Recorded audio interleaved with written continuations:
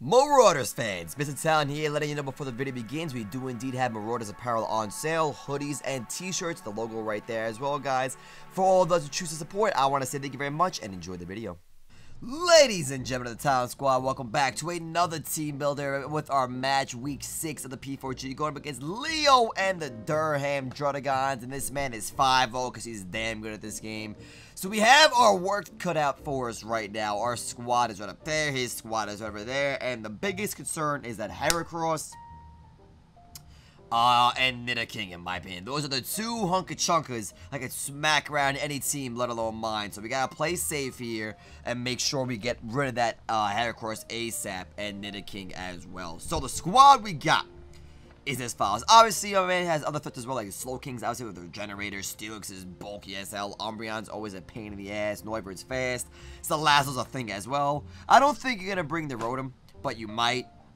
Even Gore guys could really wreck this team right here. So we gotta play smart, play safe, and do what we gotta do.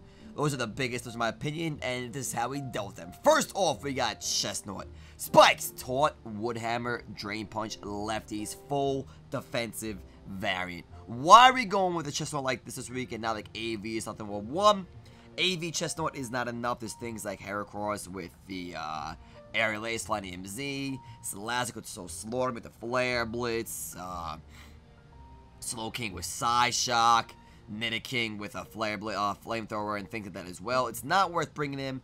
And I need an answer for Steelix. I need an answer for Heracross mostly, outside of that Z move. But, like, I hope he doesn't bring it. I really hope he brings a Scarf or something like that, because if he brings that Z move, it's really, like, Heracross is really good as a team. Nothing I can do about it. So we have that sort of covered, and the Scarf variant covered as well, but that's what we have, what we do now. Taunt is cheeky. Taunt is good for Umbreon. In case Umbreon wants to status me, go for Sub, Protect, Witch Shenanigans, we're going to taunt that bad boy, alright? If he stays in, that is. We're also going to taunt Gourgeist. Now, Gourgeist can do the same thing. Sub, Leech Seed, Protect, Toxic, Will-O-Wisp, things like that. Ain't going to happen. We outspeed those two. We're going to taunt them. No problems asked. No problems at all. So we got to make sure to do, as well, on top of that, we're going to taunt those hooligans, and then we're also going to stack hazards, because he has no crit removal at all. I think his only removal is Noivern? Possibly. I don't know if anybody else gets Defog here, or Rapid Spin. Maybe Rotom gets Defog. I think Rotom gets Defog, actually. Never mind. He gets Rotom and Noivern.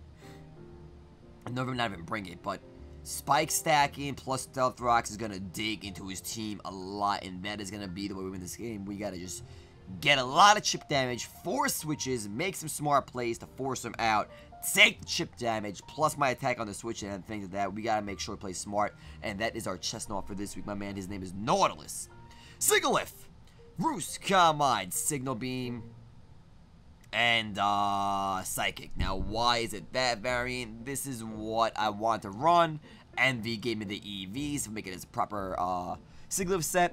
If we get this thing set up and the Heracross is gone, it is instant game. So even though you have Steelix, like a +3 Psychic is gonna slaughter you. I can roost off damage. I'm bulky. No questions asked. We're not worried about nothing. What the thing is at +6, +5, +4, even +3, and Heracross is gone. Game is instantly ours, my friend. Instantly ours. Something really crazy here. The magic number this week was indeed 157, because I believe Rotom got to 157. So to make sure we outspeed that, we go to 158, and we make ourselves as aggressive and bulky as possible, and that is the results. Everything pretty self-explanatory here. That's you. Heliolisk. This is not Sandville. This is Dry Skin from Marshtomp. Very standard. Nothing to explain here. Once again, magic number 157. We go to 158. Or we actually went to 151 for Scarf. I'm actually playing a little, I'm gonna get a little risque here. Well, it doesn't really matter, because we're Scarf. So everything, Rotom's outsped, and the magic Scarf number was 150, because you're not gonna bring a Scarf, Rotom. There's no freak way. If you do, you got me good. But, magic number outside of 158, 157 was the 150 for Scarf Heracross. That's where he comes in. Hyper Voice, T-Bolt, Tinted Power Ice is also for, obviously, the Noivern. Very self-explanatory here. Nothing crazy with Heliolisk. Make him as bulky as possible, plus the, speed as low as possible to outspeed everything. So that is that. We are indeed modest. You can't see it behind me, but we are indeed modest, my friend. Nothing crazy there. Now, Marowak. He's going to be a little cheeky this week, my friends. Check him out. We got enough speed to outspeed 4 invested Marshtomp. We outspeed Gourgeist. And we outspeed Umbreon. I think that is the most things we can outspeed. So that's what we're moving for. We outspeed Umbreon by 1 point. And that's going to be a big difference between Foul Play slaughtering us and maybe a Flare Blitz finishing him off. Stealth Rocks to get a read. Because I can't bring Mudsdale and Clefairy just ass this week. Like, you could argue bring Clefairy for, like, Umbreon and Salazzle. But, like, Steelix slaughters me. Nidoking slaughters me. Salazzle slaughters me. Heracross could even slaughter. Does he get Poison Jab? Never mind, he doesn't get Poison Jab. But I was scared to bring him. He has really good answers for Clefairy, so I didn't do that. Marowak is not amazing, but he is my answer to Steelix. He is good against Salazzle. Could definitely have 1 Salazzle attack. Revenge Killer, get a Flare Blitz to Shadow Bone on somebody else.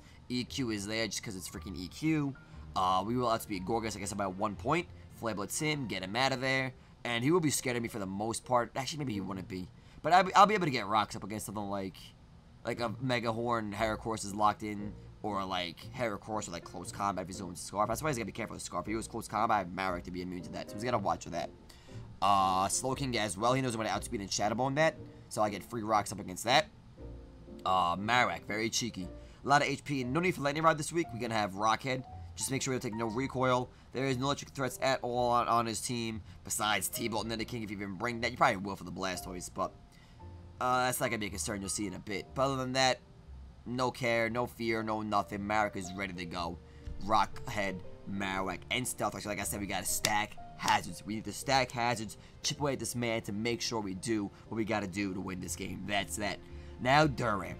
Durant is our backup win con to Sigilyph. He has agility, superpower, X-Scissor, Iron Head, Adamant Nature, once again 1 point higher than the Timid Rotom. And then agility at +2 does not matter. We have to beat all Scarfers. We have to beat the whole entire game, let alone his team.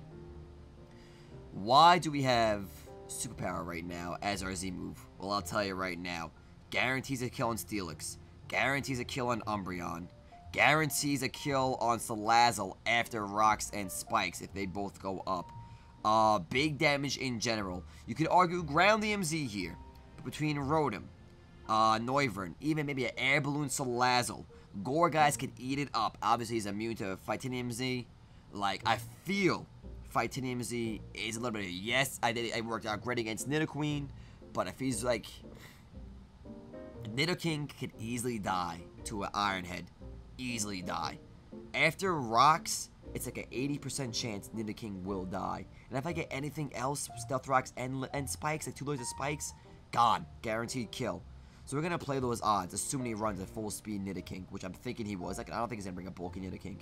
So we're going to bring that, just X-Scissor and Slaughter and be good to go. And, X-Scissor Iron Head, get that out of here. Fightinium Z, kill whatever Steelix, Umbreon, or Salazzle. Iron Head, X-Scissor everything else.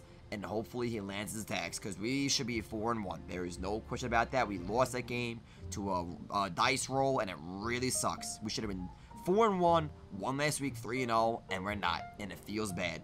But it's Pokemon, it is what it is, you move on, and last but not least, I have nothing against special attackers for him. That's where AV Blastoise comes in. AV Blastoise is a monster this week. Pure Special Wall, bulk up the wazoo. With AV, our Spadef is at, what's half a step, 172? 86, I believe? Yes, 86. So that would be 258 Spadef and 185 HP. That is a bulky Blastoise that's going to eat up every special attack from Salazzle, Noivern, Slowking, Nidoking, Marshtomp. Can I say Noivern again? Like, we gotta be prepared for that bad boy. And everything you can't take, that's where Chestar comes in, my friends. So that is gonna be our Week 6 matchup against Leo and the Durham Druddigons. Good player, man. Gonna be a good game. It's gonna be a tough game, but I'll see you guys there. Let me know about the squad. You like it? You dislike it? Tell me why. Tell me why not. Let me know in the comments down below. Love you very much, guys. Have a phenomenal freaking weekend. I'll see you guys on Monday. Once again, once I'm back from Joey's wedding. Have a good one, guys. Much love to you. I'll catch you next time.